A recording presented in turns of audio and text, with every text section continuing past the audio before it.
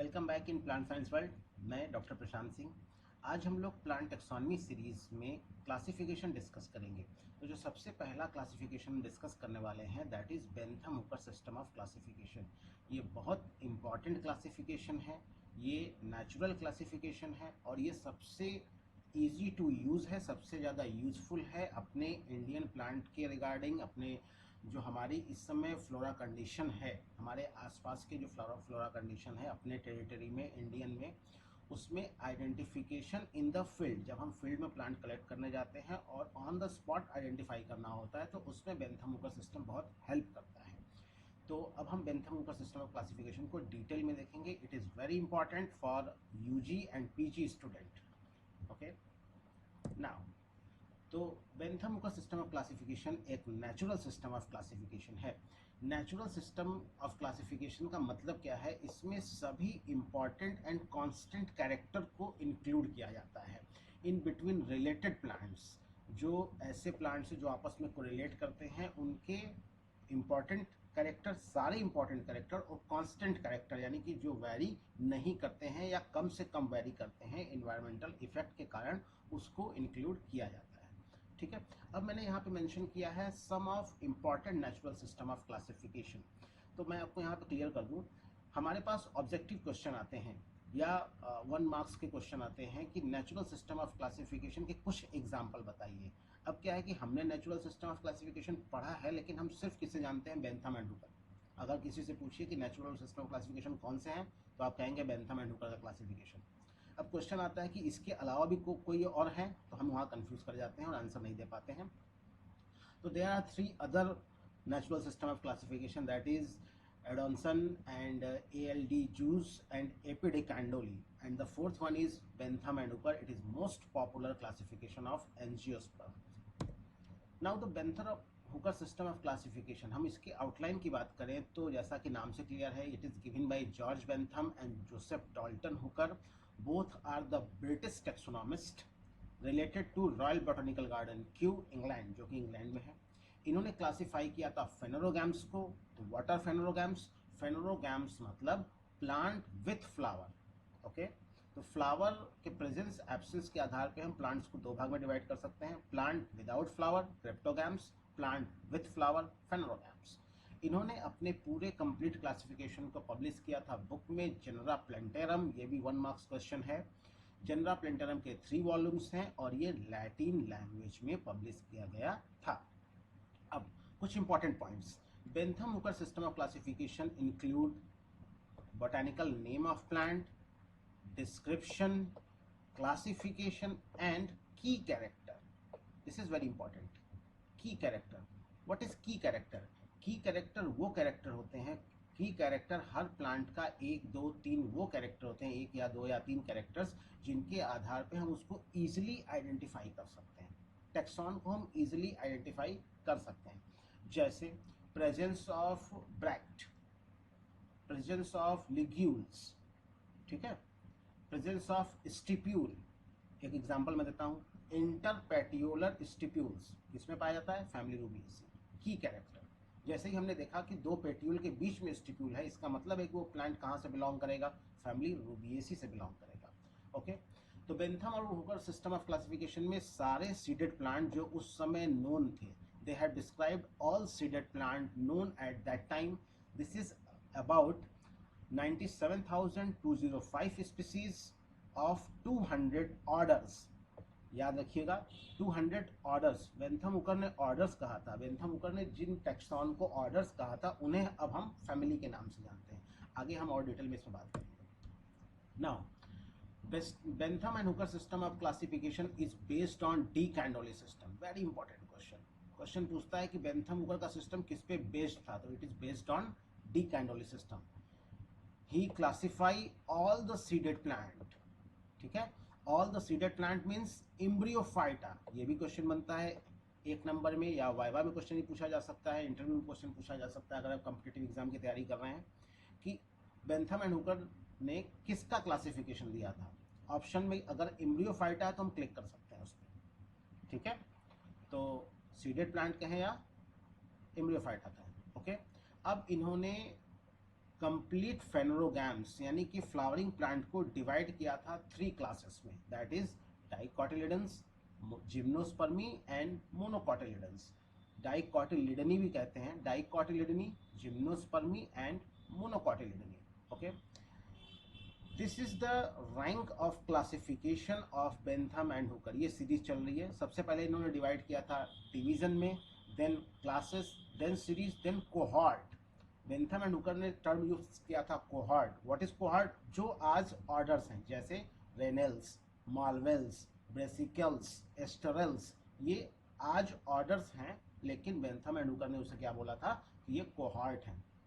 Okay, जो आज families हैं जैसे Ranunculaceae, Malvaceae, Rubiaceae, Asteraceae, Bentham and Hooker ने उन्हें क्या टर्म दिया था? ऑर्डर्स। ठीक है, तो don't be confuse about this. Now this is the statistical data of Bentham Hooker system of classification.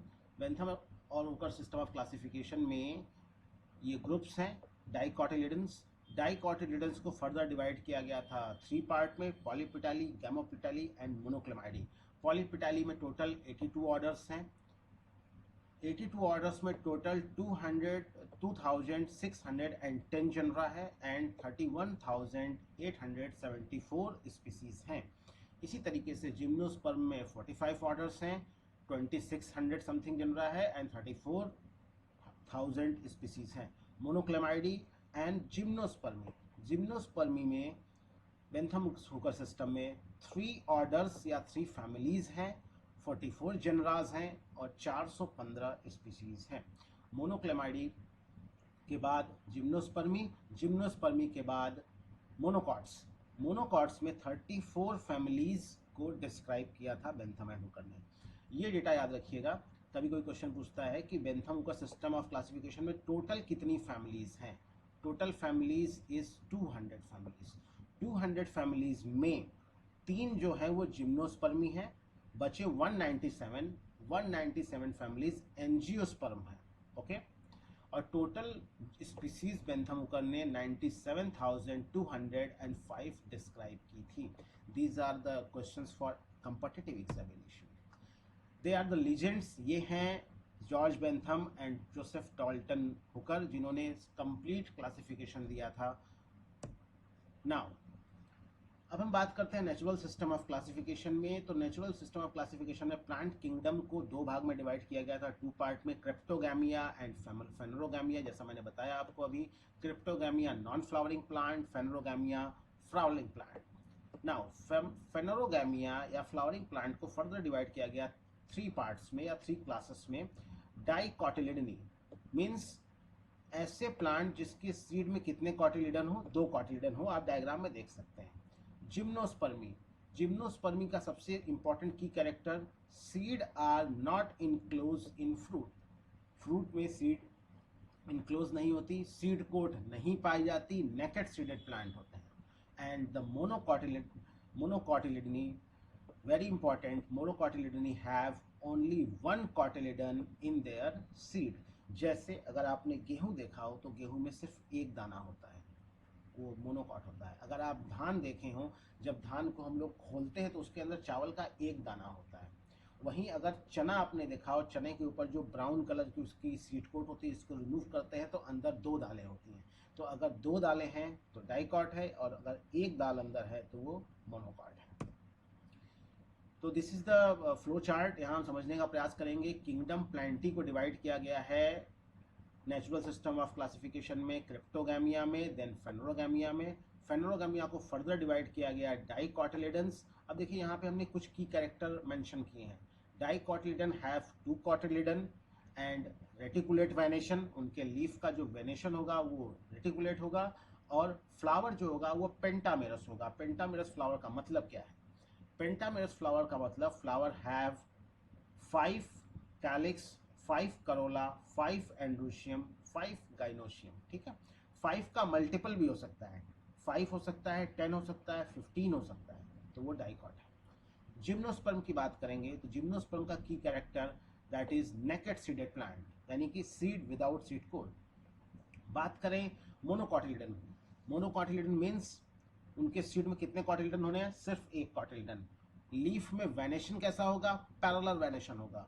और फ्लावर कैसा होगा, ट्राइमेरस, मतलब फ्लावर के जो पार्ट्स हैं कैलिक्स, करोला, एंड्रोशियम, गाइनोसियम, वो 3 होंगे या 3 के मल्टीपल में, correct. Now dicotyledon is further divided into 3 parts: polypetally, gamopetally and monoclamidy. Polypetally means petals are free, gamopetally means petals are united, and monoclamidy means petals are absent, perianth is found. Okay, तो हम लोग इसके आगे detail में इसको discuss करेंगे। Now सब class पॉलीपेटाली, सब क्लास पॉलीपेटाली मतलब okay, subclass polypetally means petals are separated. petals यानी कि करोला, करोला और पेटल ये दोनों क्या हमें आपको समझिए, करोला की यूनिट होती है पेटल्स, ठीक है। टोटल करोला पाए गए, कितने करोला हैं, तो कितने करोला नहीं है, कितने पेटल्स हैं। जैसे यहाँ एग्जांपल देखिए, यहाँ पे करोला पाए गए, येलो येलो आपको करोला दिख रहा है, इसमें कितने करोला है, तो कितने करोला है ये नहीं है, कितने पेटल्स हैं। There are 1 2 3 4 5 petals, okay, and all are free, then it belongs to polypetalae. Polypetalae is further divided into series, okay, याद रखिएगा सीरीज। तो पॉलीपेटाली को 3 सीरीज में डिवाइड किया गया है, दैट इज थैलेमीफ्लोरी, डिस्कीफ्लोरी एंड कैल्सीफ्लोरी। थैलेमीफ्लोरी, डिस्कीफ्लोरी एंड कैल्सीफ्लोरी। सबसे पहले बात करते हैं थैलेमीफ्लोरी की। थैलेमीफ्लोरी का मतलब क्या है, थैलेमीफ्लोरी में stamens many and flower hypogynous और disc absent. Disciflorae, stamens many, again flower hypogynous or disc presence because it is disciflory. calciflory, stamens perigynous यानी कि गाइनोसियम के चारों तरफ स्टेमेंस पाए जाएंगे, या इपीगाइनस, ठीक है। Ovary inferior, this is further divided into orders. Thalamiflory divided into renales, perietals, polyganials, caryophyllales, guttiferales, malveals. Disciflory is further divided into orders: granules, olacales, cistrales, sapindales. And calciflory is further divided into rosales, mitrales, passiflorales, ficoidales, and umbiliales. These are the orders of family, subclass Polypetali. Now, subclass Gamopetalae, यहाँ पे diagram में देखिए, यहाँ पे Corolla में जितने भी petals पाए गए और petals are fused, okay, corolla with fused petals, ठीक है, this is called Gamopetalae. It is further divided into 3 series: inferi, heteromere and bicarpalty. Inferi, ovary inferior. Heteromere, ovary superior. Androecium is 1 or 2 series. Carpels are more than 2. अब देखिए यहाँ पे क्या बोल रहा है कि ओवरी सुपीरियर हो गई, एंड्रोशियम 2 सीरीज में पाई गई, यानी कि जैसे एक लेयर ऑफ एंड्रोशियम, एक लेयर बन गया, एक वर्ल एंड्रोशियम का, इसके ऊपर एक दूसरा वर्ल बन गया, इस तरीके से, ठीक है, ऐसे 2 वर्ल, बीच में यहाँ आपका गाइनोसियम है, यहाँ कहीं बीच में गाइनोसियम होगा, एक वर्ल और 2 वर्ल, तो androecium in 2 series, carpels more than 2.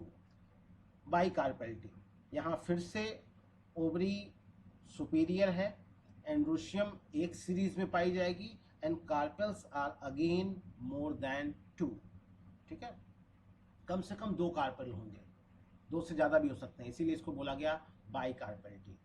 Now orders. Inferi has 3 orders: rubiales, esterales and campanules. Heteromere have 3 orders: ericales, primulales and ibinales. Bicarpelti have gentianales, polymoniales, personals and lamiales order. Now monoclamidae. This is the third subclass monoclamidae. इसमें क्या है कि only 1 kind of perianth present, यानी what is perianth? When calyx and corolla have no differentiation. अगर calyx और corolla को अलग अलग पहचानना मुश्किल है तो उसे हम कहते हैं पेरियंथ. इसमें जो सबसे बेस्ट एग्जांपल होता है वो होता है फैमिली यूफॉर्बिया. अब यहाँ पे देखिए ये जो पौधा लगाया गया है, दिस इज द यूफोर्बिया पल्चराइमा। यहाँ पे आप देखेंगे कि ये इन्फ्लोरेसेंस है, यहाँ पे साइथियम इन्फ्लोरेसेंस पाया जाता है। आप देखिए ये इन्फ्लोरेसेंस है, इस इन्फ्लोरेसेंस में कैलिक्स और करोला दोनों को अलग अलग डिफ्रेंशिएट करना मुश्किल है, तो सबको एक साथ कहते हैं हम लोग पेरियंथ। पेरियंथ की यूनिट क्या होती है? Tepals. This is further divided into series curve embryo, means embryo are coiled, ovule are generally one। Curve का मतलब क्या है कि embryo coiled है और ओव्यूल कितने हैं? सिर्फ एक। नेक्स्ट, मल्टी ओव्यूलेट एक्वेटिकेट, मतलब ovule many and plant immerse aquatic. यहाँ पे लिखा हुआ है देखिए, मल्टी ओव्यूलेट मतलब ओव्यूल कितने हैं? बहुत सारे, और एक्वेटिक तो पौधा कैसा हो गया? Aquatic. Next, multi ovulate, again ovule कितने होंगे? बहुत सारे, और क्या लिखा है? टेरिस्टेरिस, यानी पौधा कैसा होगा? टेरेस्ट्रियल। देखिए ovule many, plant terrestrial. Next, Microembryeae मतलब embryo are very minute. Daphnales, ovary with one carpel and one ovule, क्या कहेंगे? डेफिनेल्स। देन एक्लेमाइडोस्पोरी मतलब usually inferior ovary, one locule with 1 to 3 ovules। Next, Unisexuales, flowers are unisexualis। Next, ordens anomaly, families with certain uncertain relationship, मतलब अगर किसी family का दूसरी family से uncertain अनिश्चित रिलेशनशिप है, कभी कुछ शो कर रहा है कभी कुछ शो कर रहा है, तो यहाँ पे एनोमलाई शो हो रही है, सो दिस इज ऑर्डिनस एनोमलाई। नाउ अब हम बात करते हैं मोनोकॉटिलिडन्स की। अगेन क्लास मोनोकॉटिलिडन के की character, flower is ट्राइमेरस, flower is ट्राइमेरस याद रखिएगा, यानी कि कैलिक्स कितना होगा? 3 या 3 का मल्टीपल, करोला कितना होगा? 3 या 3 का मल्टीपल, एंड्रोशियम 3 या 3 का मल्टीपल, और गाइनोशियम 3 या 3 का मल्टीपल। 3 का मल्टीपल मतलब 6 हो सकता है, 9 हो सकता है, 12 हो सकता है। चूंकि ये मोनोकॉटिलिडन है तो कितने कॉटिलिडन्स पाए जाएंगे सीड में? तो मोनोकॉटिलिडनी में सिर्फ एक कॉटिलिडन होगा। इसके अलावा वेनेशन इज पैरेलल, आप यहाँ देख सकते हैं। अगर आप इस फ्लावर को कंसीडर करेंगे, इस फ्लावर को अगर आप कंसीडर करते हैं तो यहाँ आप देखेंगे 1 2 3 4 5 6, 3 2 6, 6 कैलिक्स 6 करोला आपको यहाँ दिखाई देंगे। और अगर पैरेलल वेनेशन की बात करें तो आप यहाँ देख सकते हैं, दिस इज पैरेलल वेनेशन, यहाँ एक लीफ लगी हुई जहाँ के वेन्स पैरेलली आपको दिखाई देंगे। नेक्स्ट, अब this is further divided into series Microspermae, मतलब inferior ovary with minute seed. Sperma मतलब होता है जेनेटिक मटेरियल, ठीक है, या जर्म प्लाज्म। तो माइक्रोस्पर्मी तो सीड क्या है? माइन्यूट है, ओवरी इंफीरियर है। ईपीगाइनी यानी inferior ovary with large seed, inferior ovary with minute seed, inferior ovary with large seed. ये पैरेलल कैरेक्टर है। कैरेक्टर में रिलेशनशिप आपको दिख रहा है, यही बेंथम का नेचुरल सिस्टम है। पहली स्लाइड में मैंने बताया था कि कैरेक्टर्स का रिलेशनशिप आपको देखेगा। हम दोनों कंट्रास्ट कैरेक्टर को एक साथ यहाँ इस्तेमाल करते हैं। माइक्रोस्पर्मी में देख लीजिए इंफीरियर ओवरी है लेकिन सीड कैसे है? माइन्यूट। ईपीगाइनी में इंफीरियर ओवरी है, सीड कैसे हैं? लार्ज, बड़े। Coronarieae, superior ovary coloured perianth. Calycinae, superior ovary green perianth. Nudiflorae, perianth usually absent, ovary superior, यहाँ पेरियंथ नहीं है यानी कैलिक्स भी नहीं है, करोला भी नहीं है, ठीक है। Apocarpae, carpels free. Glumaceae, reduced perianth, bract are large and scaly, ठीक है। Example family Euphorbiaceae. आप आगे इसको देख सकते हैं। नाउ तो this is all about classification. अब कभी कभी क्वेश्चन आता है शॉर्ट नोट में मेरिट एंड डिमेरिट, तो हम बात कर रहे हैं कि क्या इनके गुड पॉइंट्स हैं बेंथम का सिस्टम ऑफ क्लासिफिकेशन के, जिसको हम मेरिट कहेंगे। तो सबसे पहली पॉइंट कि यहाँ पे सारे टेक्सॉन को क्लासिफाई किया गया है, description of all tax on given at all level, यानी कि family level, genus level and species level. Identification is very easy up to family level. Bentham Hooker system of classification के कैरेक्टर्स को अगर हम यूज करेंगे और इस्तेमाल करेंगे तो हम फील्ड ऑब्जर्वेशन में पौधे को आइडेंटिफाई कर सकते हैं, एटलीस्ट कहाँ तक, फैमिली लेवल तक। जीनस और स्पीसीज में थोड़ा सा कॉम्प्लिकेशन होता है तो उसके लिए हमें लैब ऑब्जर्वेशन की ज़रूरत पड़ती है, लेकिन हम फील्ड ऑब्जर्वेशन में पौधे को ईजिली फैमिली तक आइडेंटिफाई कर सकते हैं। जो डिस्क्रिप्शन पौधों का दिया गया है, this description are very much accurate, बहुत ज़बरदस्त तरीके से एक्यूरेसी है इसमें। डायरेक्ट ऑब्जर्वेशन के आधार पे, फील्ड ऑब्जर्वेशन के आधार पर आइडेंटिफिकेशन किया जा सकता है। And the third point is order रेनेल्स placed at the beginning. रेनेल्स को सबसे पहले रखा गया क्योंकि रेनेल्स ऑर्डर में बहुत सारे प्रिमिटिव कैरेक्टर पाए जाते हैं जो कि बहुत ही रीजनेबल है। This is very good thing in this classification, this is the merit. And the next merit is placement of dicot before monocot. पहले क्लासिफिकेशन में डाइकॉट्स को रखा गया, बाद में मोनोकॉट्स को रखा गया। इसका मतलब क्या है कि डाइकॉट्स प्रिमिटिव है जबकि मोनोकॉट एडवांस है। ये सारे मॉडर्न टेक्सोनॉमिस्ट ने एक्सेप्ट किया है। अगर हम एपीजी सिस्टम ऑफ क्लासिफिकेशन को भी फॉलो करेंगे, angiospermic phylogenic group system of classification जो सबसे एडवांस सिस्टम ऑफ क्लासिफिकेशन है एट प्रेजेंट, उसमें भी इसी ट्रेंड को यूज किया गया है। पहले डाइकॉट्स होंगे, देन उसके बाद मोनोकॉट्स होंगे। नाउ अब हम बात करेंगे डिमेरिट्स की। बेंथम हुकर सिस्टम का डिमेरिट क्या है? सबसे बड़ी डिमेरिट, जो सबसे बिग इशू और सबसे बिग डिमेरिट है, that is placement of gymnosperm in between dicot and monocot. Remember this, dicot में भी सीड कोड पाया जाता है, मोनोकॉट में भी सीड कोड पाया जाता है, तो बीच में इन्होंने जिम्नोस्पर्म डाल दिया जिसके सीड में सीड कोड नहीं है। तो this is very serious error, ये बहुत बड़ा ड्रॉबैक है। इस पर बहुत ट्रेल किया गया था बेंथम का सिस्टम ऑफ क्लासिफिकेशन की। ओके, यहाँ पे एक और चीज दिया गया है कि इंट्रोडक्शन ऑफ माइक्रोस्पर्मी, ठीक है, sorry, introduction of Monochlamydeae is another drawback. इन्होंने मोनोक्लेमाइडी को इंट्रोड्यूस किया जबकि ऐसा नहीं करना चाहिए था। इनको सिंपली जो है डाइकॉट और मोनोकॉट में ही इसको डिवाइड करके रखना चाहिए था। नाउ अगर हम बात करें मोनोकॉटिलिडन्स की, तो मोनोकॉटिलिडन में एक बहुत इंपॉर्टेंट फैमिली है, फैमिली ऑर्किडेसी। इन्होंने फैमिली ऑर्किडेसी को क्लासिफिकेशन सिस्टम में सबसे पहले रख दिया है, ठीक है, सबसे पहले रख दिया, जबकि फैमिली ऑर्किडेसी में बहुत सारे एडवांस कैरेक्टर पाए जाते हैं। ठीक, किसी भी क्लासिफिकेशन का ट्रेंड ये होता है कि जो प्रिमिटिव प्लांट है वो शुरू में रखे जाएंगे और जो एडवांस प्लांट है जिसमें एडवांस कैरेक्टर पाए गए वो बाद में रखे जाएंगे।